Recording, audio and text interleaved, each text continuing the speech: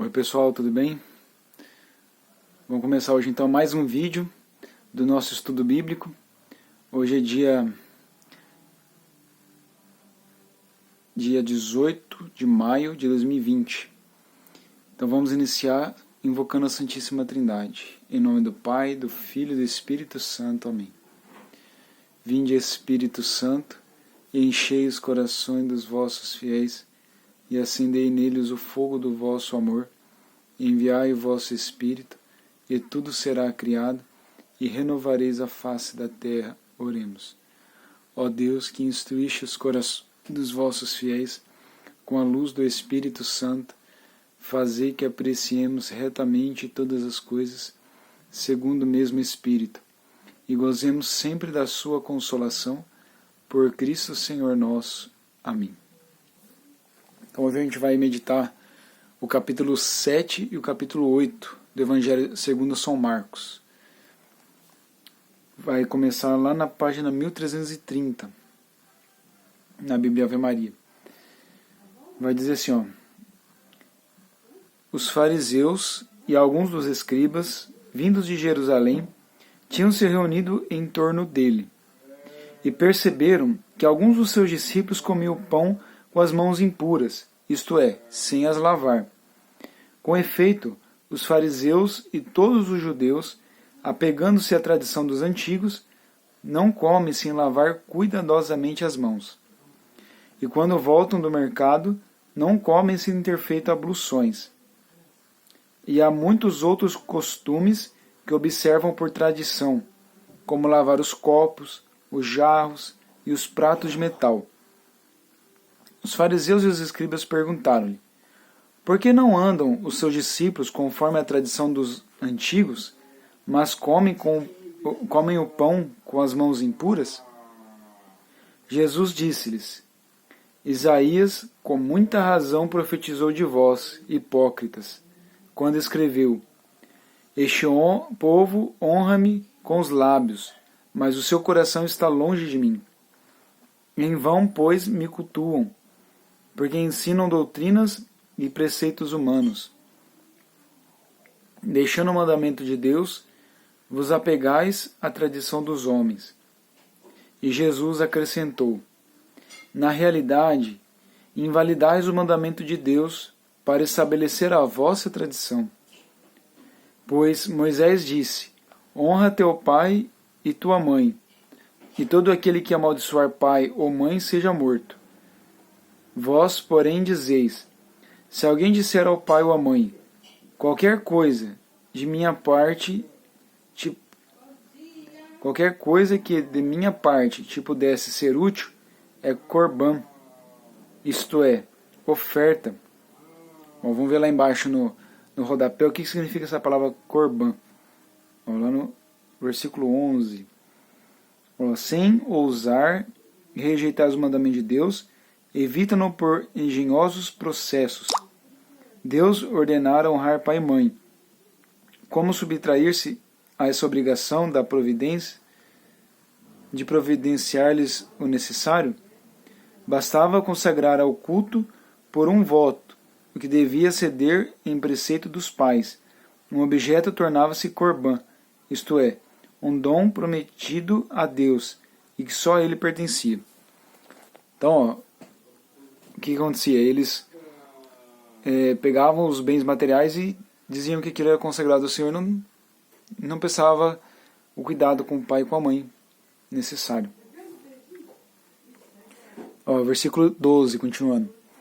E já não lhe deixais fazer coisa alguma a favor de seu pai ou de sua mãe, anulando a palavra de Deus por vossa tradição que vós vos transmitistes. E fazeis ainda muitas coisas semelhantes. Tendo chamado de novo a turba, dizia-lhes: ouvi-me todos e entendei. Nada há fora do homem que entrando nele o possa manchar, mas o que sai do homem, isto é que mancha o homem. A bom entendedor, meia palavra basta. Versículo 17. Quando deixou o povo e entrou em casa, os seus sacerdotes perguntaram-lhe acerca da parábola. Respondeu-lhes: Sois também vós assim ignorantes? Não compreendeis que tudo o que de fora entra no homem não pode tornar impuro? Porque não lhe entra no coração, mas vai ao ventre e dali segue sua lei natural. Assim, ele declarava puros todos os alimentos. E acrescentava: Ora, o que sai do homem, isto é que mancha o homem, porque é do interior do coração dos homens que procedem os maus pensamentos, devassidões, roubos, assassinatos, adultérios, cobiças, perversidades, fraudes, desonestidade, inveja, difamação, orgulho e insensatez. Todos estes vícios procedem de dentro e tornam impuro o homem. Abrindo um parênteses agora, nesse tempo de pandemia, do coronavírus, a gente precisa lavar as mãos bem lavadas, né?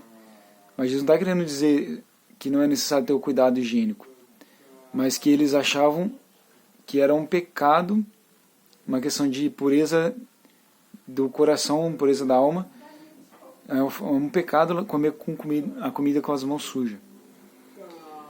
Então Jesus explica que o que torna pecado no homem não é o que vem de fora, mas é o que sai de dentro, né? A inveja, adultério, cobiça, fraude, tudo isso que a gente já leu, né? Muito bem, vamos seguir então. Versículo 24. Em seguida, deixando aquele lugar, foi para a terra de Tiro de Sidônia. E tendo entrado numa casa, não quis que ninguém o soubesse, mas não pôde ficar oculto, pois uma mulher, cuja filha possuía um espírito imundo, logo que soube que ele estava ali, entrou e caiu a seus pés. Essa mulher era pagã, de origem ciro-fenícia. Ora, ela suplicava-lhe que expelisse de sua filha o demônio. Disse-lhe Jesus: Deixa primeiro que se fartem os filhos, porque não fica bem tomar o pão dos filhos e lançá-lo aos cães. Mas ela respondeu: É verdade, Senhor, mas também os cachorrinhos debaixo da mesa comem das migalhas dos filhos. Jesus respondeu-lhe: Por causa desta palavra, vai-te, que saiu o demônio da tua filha. Voltou ela para casa e achou a menina deitada na cama. O demônio havia saído. Agora vamos para o versículo 31. Ele deixou de novo as fronteiras de Tiro e foi por Sidônia ao mar da Galileia, no meio do território da Decápole. Ora, apresentaram-lhe um surdo mudo, rogando-lhe que lhe impusesse a mão. E Jesus tomou a parte dentre o povo, pôs-lhe os dedos nos ouvidos e tocou-lhe a língua com saliva. E levantou os olhos ao céu, deu um suspiro e disse-lhe: Éfeta, que quer dizer, abre-te. No mesmo instante, os ouvidos se lhe abriram, e a prisão da língua se lhe desfez, e ele falava perfeitamente. Proibiu-lhes que o dissessem a alguém, mas quanto mais lhes proibia, tanto mais o publicavam. E tanto mais se admiravam, dizendo: Ele fez bem todas as coisas. Fez ouvir os surdos e falar os mudos. Muito bem, então a gente leu o capítulo 7, agora a gente vai para o capítulo 8. Capítulo 8, vai começar com a segunda multiplicação dos pães. Então, prestem atenção. Naqueles dias, como fosse novamente numerosa a multidão, e não tivessem o que comer, Jesus convocou os discípulos e lhes disse: Tenho compaixão deste povo. Já há 3 dias perseveram comigo e não tenho o que comer. Se os despedir em jejum para suas casas, desfalecerão no caminho. E alguns deles vieram de longe. Seus discípulos responderam-lhe: como poderá alguém fartá-los de pão aqui no deserto? Mas ele perguntou-lhes: Quantos pães tendes? 7, responderam. Mandou então que o povo se assentasse no chão. Tomando os 7 pães, deu graças, partiu-os e entregou a seus discípulos, para que os distribuíssem, e eles o distribuíram ao povo. Tinham também alguns peixinhos. Ele os abençoou e mandou também distribuí-los. Comeram e ficaram fartos, e dos pedaços que sobraram, levantaram 7 cestos.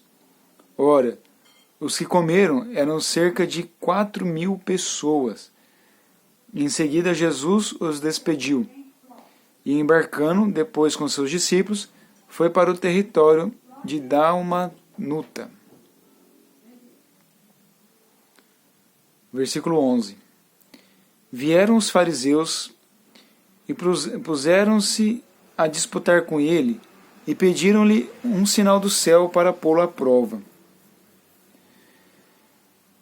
Jesus, porém, suspirando no seu coração, disse: Por que pede essa geração um sinal? Em verdade eu vos digo, jamais lhe será dado um sinal. Deixou-os e seguiu de barca para outra margem. Aconteceu que eles haviam esquecido de levar pães consigo. Na barca havia um único pão. Jesus advertiu-os: Abri os olhos e acautelai-vos do fermento dos fariseus e do fermento de Herodes. Olha, lá embaixo no rodapé vai dizer o seguinte, que por essa palavra Jesus designa a doutrina perigosa dos fariseus.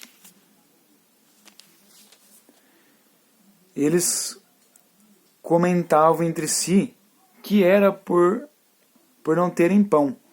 Jesus percebeu e disse-lhes: Por que discutir por não terdes pão? Ainda não tendes refletido nem compreendido? Tendes, pois, o coração insensível? Tendo olhos não vedes? E tendo ouvidos não ouvis? Não vos lembrais mais? Ao partir eu os 5 pães entre 5.000, quantos cestos recolheste cheios de pedaços? Responderam-lhe: 12. E quando eu parti os 7 pães entre os 4.000 homens, quantos cestos de pedaços levantastes? 7. Responderam-lhe. Jesus disse-lhes: Como é que ainda não entendeis? Agora vamos para o versículo 22. Chegando eles a Betsaida, trouxeram-lhe um cego e suplicaram-lhe que o tocasse. Jesus tomou o cego pela mão e levou-o para fora da aldeia. Pôs-lhe saliva nos olhos e, impondo-lhe as mãos, perguntou-lhe: Vês alguma coisa? O cego levantou os olhos e respondeu: Vejo os homens como árvores que andam. Em seguida, Jesus lhe pôs as mãos nos olhos e ele começou a ver e ficou curado, de modo que via distintamente de longe. E mandou-o para casa, dizendo: Não entres, nem mesmo na aldeia. Agora, versículo 27. Jesus saiu com seus discípulos para as aldeias de Cesareia de Filipe. E pelo caminho perguntou-lhes: Quem dizem os homens que eu sou? Responderam os discípulos: João Batista, outros Elias, outros um dos profetas. Então perguntou-lhe Jesus: E vós? Quem dizeis que eu sou? Respondeu Pedro: Tu és o Cristo. E ordenou-lhes severamente que a ninguém dissessem nada a respeito dele. E começou a ensinar-lhes que era necessário que o Filho do Homem padecesse muito, fosse rejeitado pelos anciãos, pelos sumos sacerdotes e pelos escribas, e fosse morto, mas ressuscitasse depois de 3 dias. E falava-lhes abertamente dessas coisas. Pedro, tomando-o à parte, começou a repreendê-lo. Mas, voltando-se ele, olhou para seus discípulos e repreendeu a Pedro. Afasta-te de mim, Satanás, porque teus sentimentos não são os de Deus, mas os dos homens. Versículo 34.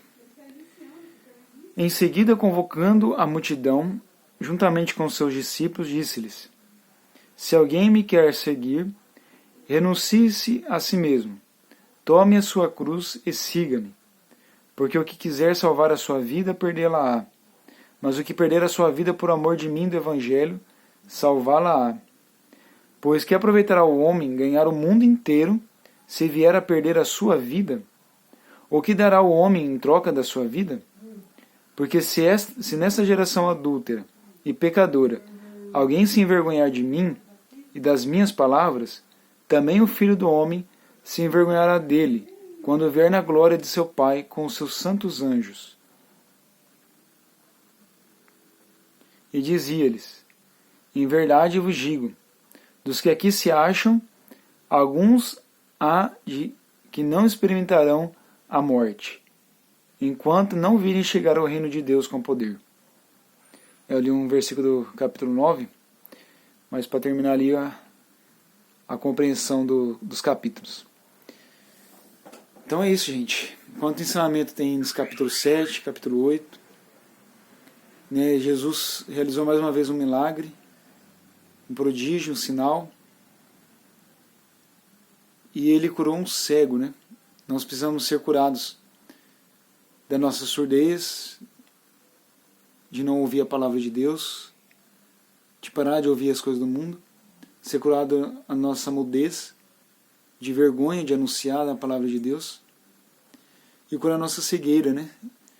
De ver a verdade de Cristo, ver a verdade do Senhor e tamparmos os olhos para essa realidade. Mas ele termina dizendo para os seus discípulos e para nós: se alguém me quer seguir, renuncie a si mesmo, tome a sua cruz e me siga. Que o Senhor nos abençoe em nome do Pai, do Filho e do Espírito Santo. Amém.